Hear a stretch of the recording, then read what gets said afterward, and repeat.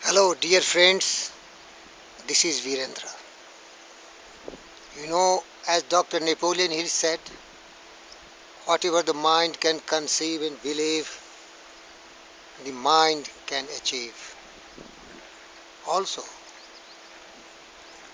truly thoughts are things and powerful things at that when they are mixed with definiteness of purpose, persistence and continuous action, with a burning desire for their translation into any object of definite purpose. To be successful in life, minimum six important things are required. They are desire, decision, faith, persistence, and mastermind alliance, aided by well organized plan, various ways and means for its execution. Without burning desire, having a definite purpose in life, we can never go. We do not know where to go. We have to define what we want. And once it is set, a definite goal, the major chief of our life has been resolved, then with tremendous faith and belief, we can start finding the various ways and means and we can proceed further. Persistently, continuous action towards realization of the worthy goal of our life. But alone we cannot be successful most of the time in our life. It's very difficult. Hence, there is a word coined by Napoleon Hill, the Mastermind Alliance, which states coordination of knowledge and efforts in a spirit of harmony between two and more people for the attainment of the definite purpose of life. So we have to have people with knowledge, experience, capital, native abilities to back our purpose, our goal, and we have given them sufficient motive to cooperate with us because the benefits what we acquire is for everyone. And unitedly, with cooperation, all will flourish. These are the few points through which success can be our doorstep. No individual has sufficient experience, education, natural ability and knowledge to ensure the accumulation of great fortune without the cooperation of other people. Every plan we adopt in our endeavor to accumulate wealth should be the collective creation of ourselves and every other member of our mastermind group.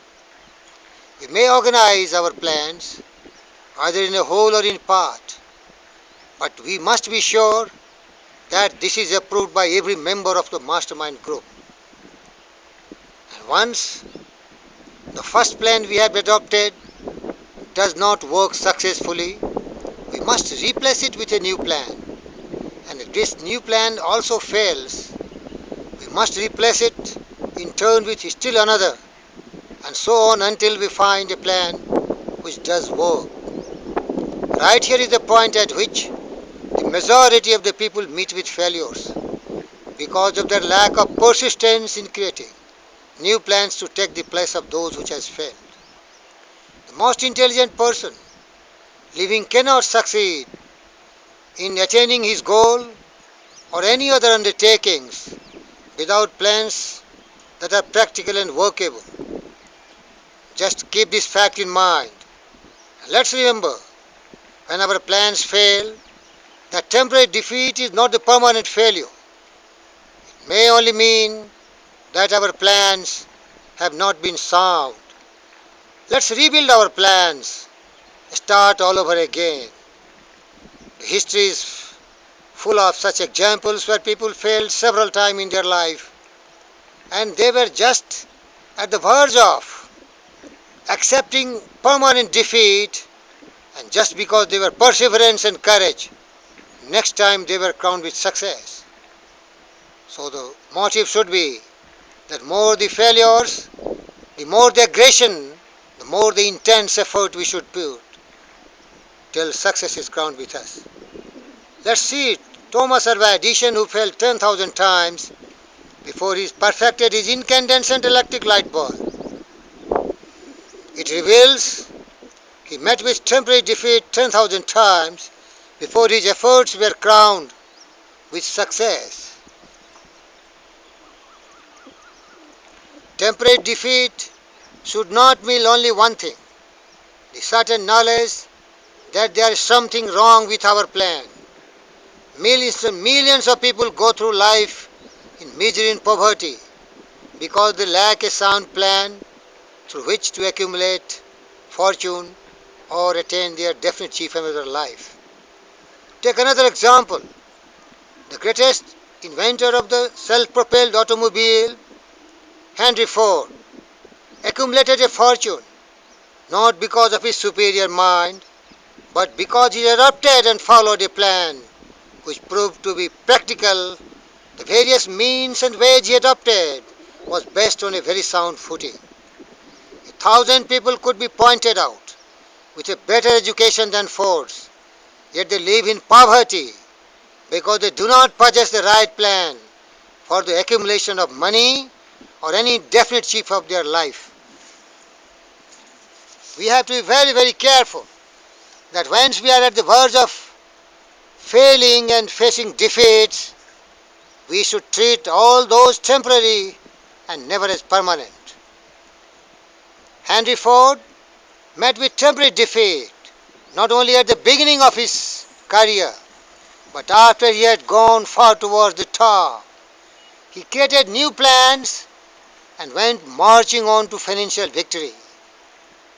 You may be knowing the V8 model when he was trying to discover. His all engineers gave up. They were telling it's impossible. But he told, go get it, I want it and I will have it. I do not know any defeats. I do not know any failures. There are definitely some secrets which will be revealed if you persistently work towards it. And ultimately, his dogged determination triumphed and he discovered the V8 model in the single block of material. Hence, we see people who have accumulated great fortune and succeeded in any callings of their life. But we often recognize only their triumphs, overlooking the temporary defeats that had to surmount before arriving to the success. No follower of this philosophy of success can reasonably expect to succeed in life without experiencing temporary defeats. When defeat comes, let's accept it as a signal that our plans are not sound. Let's rebuild those plans and settle with more towards our coveted goal. And if we give up before the goal is reached, achieved, we will be called a quitter. And remember, a quitter never wins and a winner never quits. The summary: if you want to be successful, have a burning desire which does not know any failure or defeats. Must continue, persist till we succeed. And remember, nature wraps up in the pulse of burning desire that something which does not recognize a word such as impossible and accept no such reality as failure. You are bound to succeed and you will succeed. Thank you very much.